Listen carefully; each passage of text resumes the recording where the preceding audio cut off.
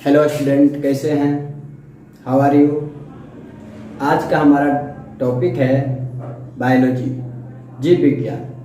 जीव विज्ञान के अंतर्गत विभिन्न शाखाओं का अध्ययन करते हैं। यह विज्ञान की एक शाखा है जिसके अंतर्गत हम लोग जीव विज्ञान का अध्ययन करते हैं। तो सर्वप्रथम आइए देखते हैं कि जीव विज्ञान आखिर क्या है, इसमें हम क्या क्या अध्ययन करते हैं। ठीक है, तो जीव विज्ञान, जिसका हिंदी बायोलॉजी कहते हैं। ठीक है, जीव विज्ञान विज्ञान की वह शाखा है जिसके अंतर्गत जीवधारियों का अध्ययन किया जाता है।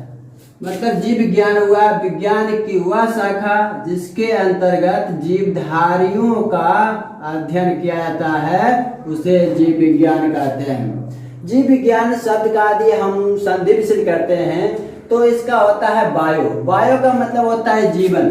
ठीक है, जीव विज्ञान का बायोलॉजी का यदि हम संधि विच्छेद करते हैं तो पहले आता है बायो। बायो का मतलब होता है लाइफ या जीवन। लोजी जो बना है वह लोगस शब्द से बना है, जिसका अर्थ होता है टू स्टडी, अध्ययन, मतलब जीवन का अध्ययन। मतलब विज्ञान की वह शाखा जिसके अंतर्गत जीवन का अध्ययन करते हैं वह जीव विज्ञान कहलाता है। ठीक है, अब आइए देखते हैं कि जीव विज्ञान शब्द का सर्वप्रथम नामांकन किसने किया था और कब किया था। तो जीव विज्ञान शब्द का सर्वप्रथम नामांकन करने वाले वैज्ञानिक थे जिन्होंने 1801 ईस्वी में, ठीक है, जीव विज्ञान शब्द का नामांकन किया था। तो जीव विज्ञान शब्द का नामांकन करने वाले वैज्ञानिक थे लेमार्क, जो कि फ्रांस का रहने वाले थे, और इनके साथी वैज्ञानिक थे जिसका नाम था ट्रे वीरेनस, जिन्होंने जर्मनी के रहने वाले थे। तो इन दो वैज्ञानिकों ने मिलकर जीव विज्ञान शब्द का सर्वप्रथम 1801 ईस्वी में नामांकन किया गया था। अब सर्वप्रथम पौधों एवं जंतुओं के बारे में विस्तृत व्याख्या करने वाला जो वैज्ञानिक थे वह ग्रीक के रहने वाले थे, जिसका नाम था अरस्तु।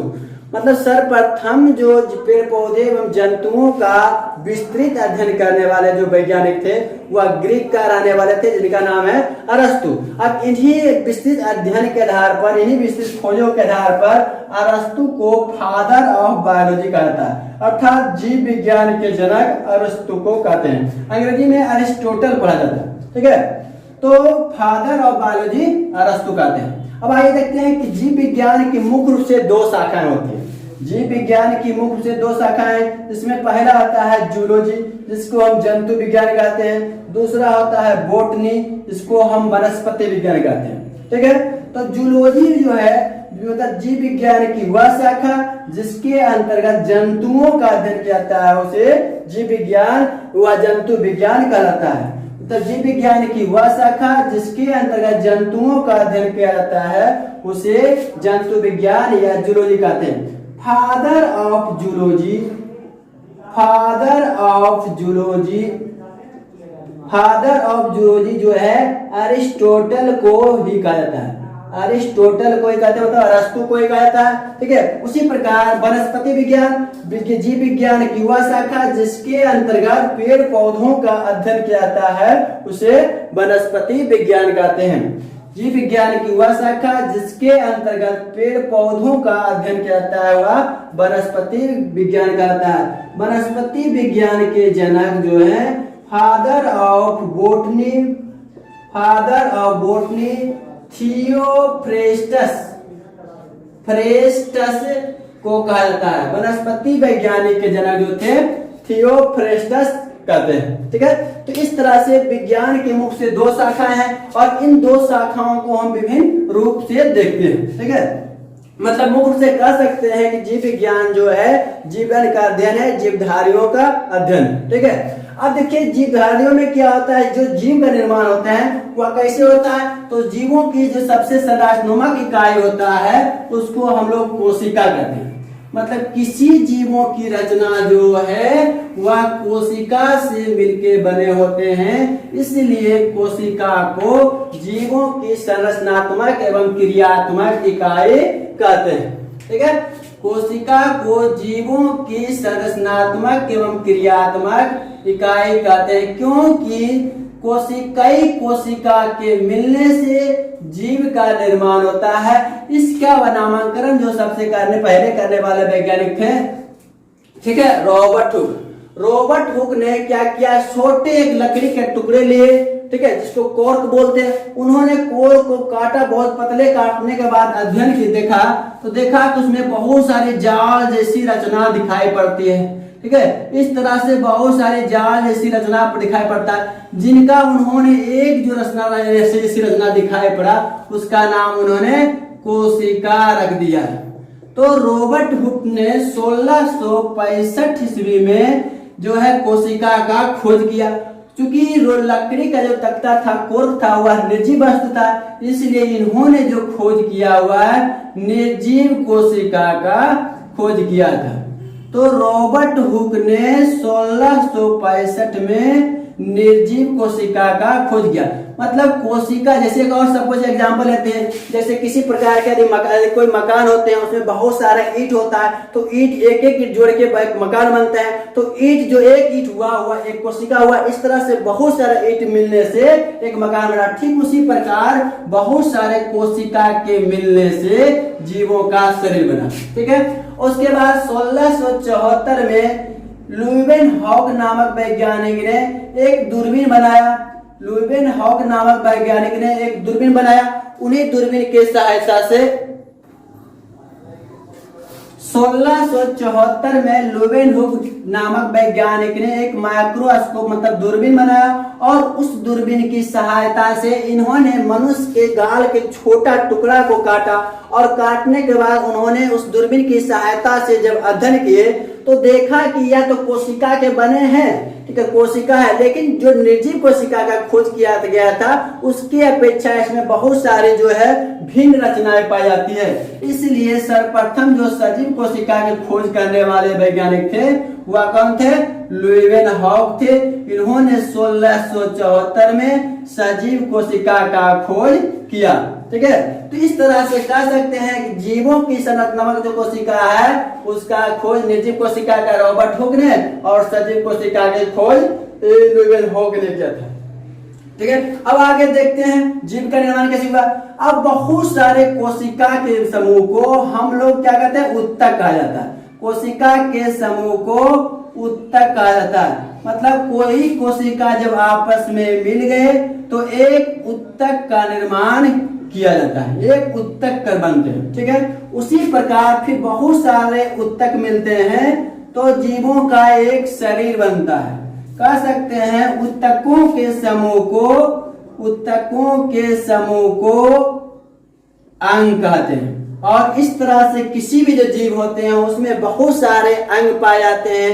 तो अंगों के समूह को, कई अंगों के समूह से जीवों का एक शरीर बनता है। ठीक है, तो अंगों के समूह को जीवों का एक शरीर बनता है। इस तरह से कह सकते हैं कि जीवों की जो संरचनात्मक इकाई है और उस इकाई से मिलते मिलते जीवों का एक संरचना बन जाता है और एक विकसित जीव बन जाते हैं। ठीक है, अब आइए देखते हैं जो जीव बनते हैं वह कोशिका की रचना के आधार पर उसको मुख्य रूप से दो भागों में बांटा जाता है।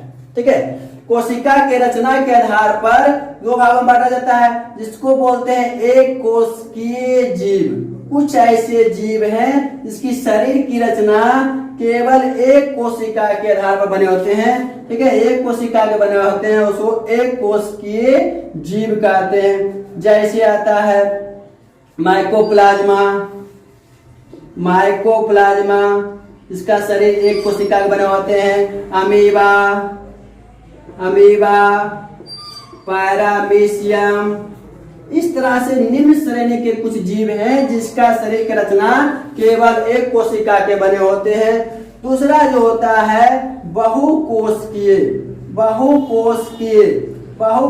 मतलब होता है एक से अधिक, मतलब जीवों के वैसे संरचना जिसमें अनेक कोशिका से मिलकर बने होते हैं, तो उस जीव को बहुकोशिकीय जीव कहा जाता है। जिस जीव का शरीर अनेक कोशिका से मिलकर बने होते हैं उसे बहुकोशिकीय जीव कहते हैं। जैसे मनुष्य हो गए, गाय हो गया, कुत्ता हो गया, पक्षी में बहुत सारे आ गए। इस तरह से कई जीवों के मिलकर जैवी जीवों जो होते हैं बहुत, लेकिन ज्यादातर जो पृथ्वी पर जीव होते हैं वह बहुकोशिकीय जीव होते हैं। इन श्रेणी में या एक कोशिकीय जीव जो है कुछ ही संख्या में पाए जाते हैं। लेकिन जिन जीवों का शरीर केवल एक कोशिका का बना होता है, उसने अपने जीवन संबंधी विभिन्न क्रियाओं को एक ही कोशिका के सहायता से करते हैं, और जिस जीवों का शरीर एक से अधिक कोशिका का बना होता है वह विभिन्न कोशिकाओं के सहायता से अपन विभिन्न क्रियाएं करते हैं। अब जीव विज्ञान में विभिन्न शाखाएं हैं। जीव विज्ञान को अलग अलग विषयों के बारे में, मतलब अलग अलग विषयों के बारे में अध्ययन करने के जीव विज्ञान को कई शाखाओं में बांट दिया गया है। इसमें पहला आते हैं कोशिका विज्ञान।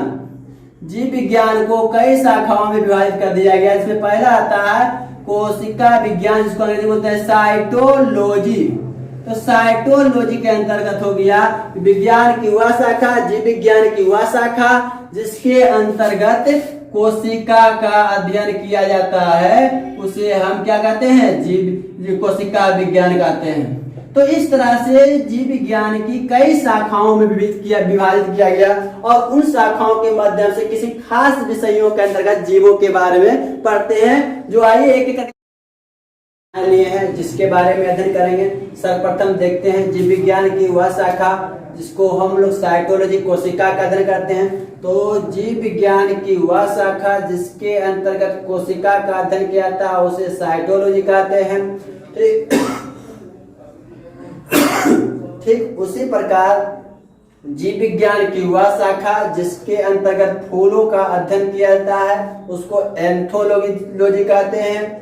जीव विज्ञान की वह शाखा जिसके अंतर्गत फूलों का अध्ययन किया जाता है एंथोलॉजी कहलाता है। जीव विज्ञान की वह शाखा जिसके अंतर्गत फलों का अध्ययन किया जाता है उसे हम पोमोलॉजी कहते हैं। जीव विज्ञान की वह शाखा जिसके अंतर्गत फलों का अध्ययन किया जाता है उसे पोमोलॉजी कहा जाता है। जीव विज्ञान की वह शाखा जिसके अंतर्गत मधुमक्खी पालन का अध्ययन किया जाता है उसे एपीकल्चर कहते हैं। जीव विज्ञान की वह शाखा जिसके अंतर्गत मधुमक्खी पालन का अध्ययन किया जाता है वह एपीकल्चर कहलाता है। फिर जीव विज्ञान की वह शाखा जिसके अंतर्गत रेशम कीड़ों के पालन का अध्ययन किया जाता है, रेशम कीड़ों के पालन का अध्ययन किया जाता है, उसको हम सेरीकल्चर कहते हैं।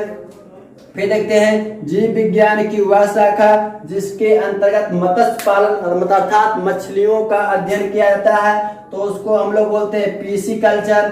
ठीक है। ठीक उसी प्रकार जीव विज्ञान की वह शाखा जिसके अंतर्गत शैवालों का अध्ययन किया जाता है उसे फाइकोलॉजी कहते हैं। शैवालों का अध्ययन जो है फाइकोलॉजी कहलाता है। ठीक है।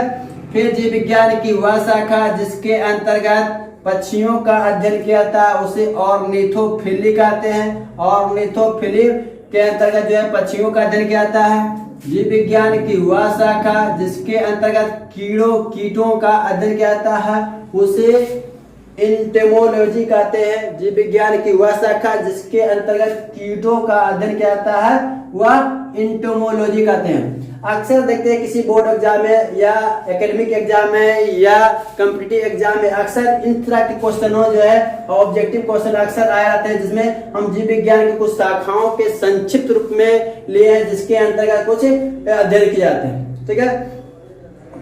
यदि आपको हमारा वीडियो पसंद आ रहा है तो लाइक और कमेंट अवश्य करें।